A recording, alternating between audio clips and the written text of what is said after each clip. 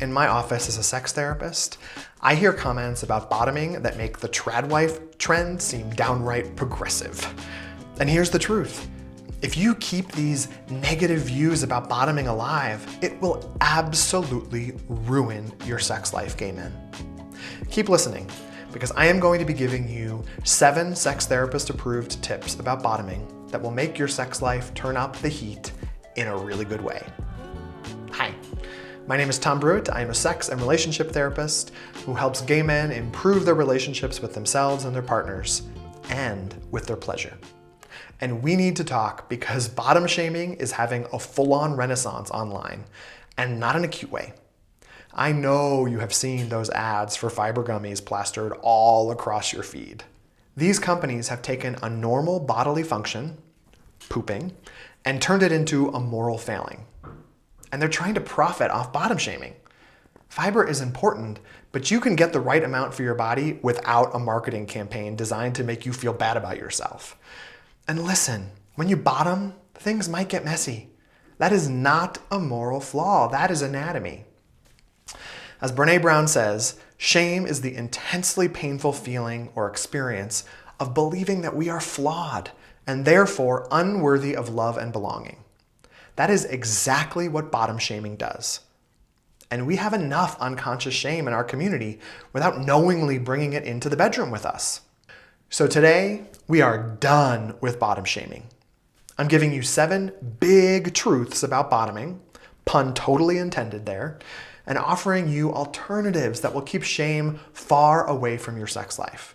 Because whether you like to give it or take it, there are ways to make the whole experience more pleasurable, less painful, and way less full of shame.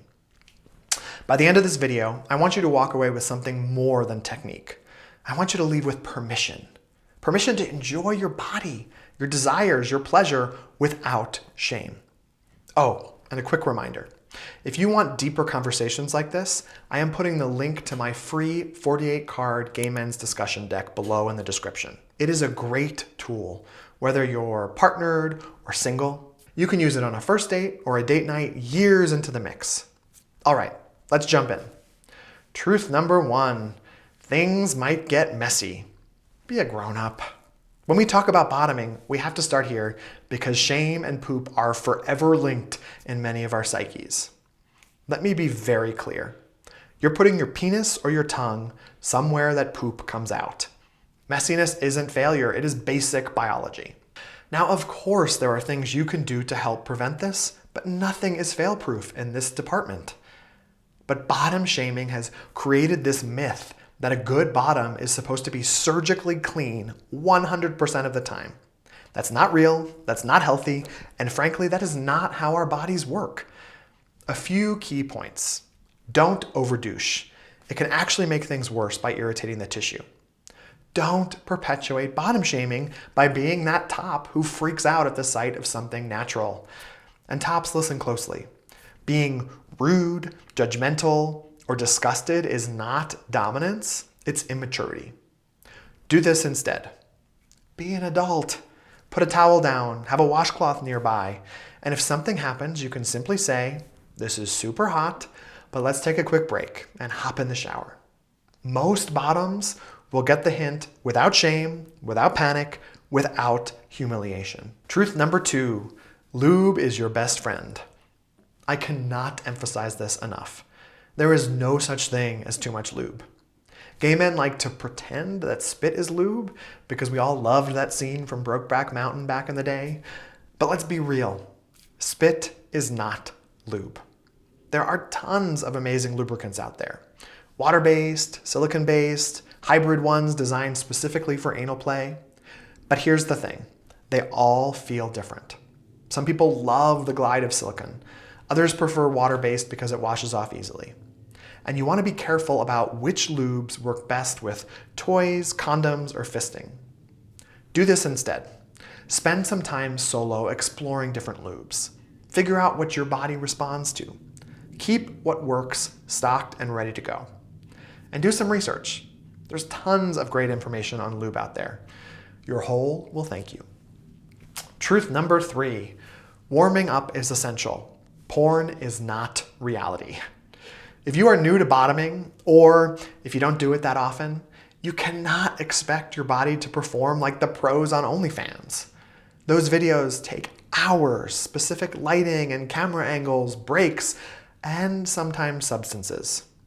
What porn doesn't show you here is the prep. Here is something I teach all my clients all the time. There are 3 types of bottoms. Those who can take anything, those who with some warming up can take some stuff, and those whose bodies just don't like penetration very much. All 3 are normal, none are better, none are worse. If you are new or tight, your eyes might be bigger than your hole. I strongly recommend the book But Seriously by Dr. Evan Goldstein and his dilator set. It is safe, it's evidence-based, it is designed for gay men by gay men. And it's his concept about the 3 types of bottoms. And this book is just quick, informative, and it's really a great read. Some quick reminders. You don't have to take the whole thing right away. You can ease in slowly. Positions matter. Riding often gives you the most control at first. So do this instead. Warm up, let your body lead. Bottoms are in charge until the body is fully relaxed. And please don't numb yourself out so that you don't feel the pain. Pain is information, and pain prevents actual injury. Truth number 4. For some, it's an identity, and for others, it's just a position. Some gay men turn their preferred position in bed into an identity. I'm a top, or I'm a bottom, or I'm verse. For some, it's erotic. For some, it's cultural. For some, it's habit. But here's the danger. When we over-attach to a position, we can lose flexibility, literally and emotionally. There are lots of reasons men attach to the idea of being a bottom. Sometimes they experience erectile disappointments, or they don't feel big enough to be a top, or they have a gorgeous butt and get a lot of attention for it, or they've internalized cultural scripts about masculinity. None of those things is wrong, but it is worth asking, is this a position or an identity for me? So do this instead. Spend some time in honest self-reflection. What do you actually like? What turns you on?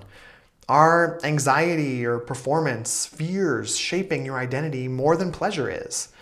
Remember, variety is healthy and curiosity is sexy. Truth number 5, your masculinity has nothing to do with your position in bed. This one gets me fired up. The idea that the bottom is the woman in the relationship comes straight out of old, outdated, heteronormative programming. Say it with me. There is no woman in a gay-male relationship. You are 2 men, 2 queer people, 2 humans exploring each other's bodies and pleasure. Some cultures, especially hypermasculine ones, reinforce the idea that topping equals power and bottoming equals weakness. But this is a lie used to control and shame. And honestly, being penetrated requires vulnerability, trust, and a whole lot of bravery. That is not weakness. All that being said, I know there are real cultural messages that many of us have gotten about masculinity. If this is something you hold on to for important cultural reasons, that's totally your call. All I ask is that you think about it and make a conscious choice. Here is a way to explore this more. If it feels safe, switch things up. Even if you never take a full penis inside you, try a finger or a tongue or a toy. External stimulation. Start with yourself in private. See what feelings come up. Fear, curiosity, shame, excitement. That is where the real potential for growth is. Truth number 6. It is completely okay not to like anal sex. Some gay men simply don't enjoy anal penetration or anal play of any kind. You are not broken. You are not less gay. Dr. Joe Court coined the term side. Sides prefer sexual connection that centers outer course, or rubbing, grinding, oral sex, mutual masturbation, toys, and etc. And that's valid, completely natural, not a downgrade. I still encourage you to explore why you don't like it and get clear for yourself on what that is. Is it sex pain? Is it cultural? Or is it just a sexual break for you, meaning it turns off your sexual engine? Here's how to explore this more. Start solo first. See if there is any sensation back there that feels pleasurable, not necessarily penetration. Maybe touching, rimming, prostate massage. There is no right answer. And again, it is okay to say, no thank you, pass. There are plenty of bottoms out there that will take your place. Truth number 7, counting loads is a kink, not a character flaw. Let's talk about load kinks for a second. Some people love collecting loads. Some people love giving multiple loads, or they have a semen fetish. And guess what? That's a kink. It is not a moral failing. But here's where it gets dangerous. Slut shaming is alive and well in the gay community, and bottoms get the brunt of it. Think about it. How often have you heard a top slut shamed in the community? When we shame someone's desire, we're actually reinforcing the same system that has hurt gay men for generations. Now, this probably dates back to real fears connected to the AIDS crisis, but we have more updated information now. And remember, U equals U. Undetectable means untransmittable. Yes, there are other STIs that you can get, but there is protection and things like doxypep and condoms and other things that you can use to be safe, or as safe as possible, when you're having sex. Do this instead. Respect what other people enjoy. Don't yuck their yum. As long as it's consensual and safe, kink is just another expression of erotic freedom. If we're going to fight shame in this community, it starts with how you talk to other gay men about sex. Bottoming is not a moral test, a measure of masculinity, a status symbol, a performance, or something you have to be perfect at. It is simply one of the many beautiful ways that gay men can experience pleasure. Bottom shaming is just another version of homophobia and kink shaming. Come on, guys. We can do better. We deserve better.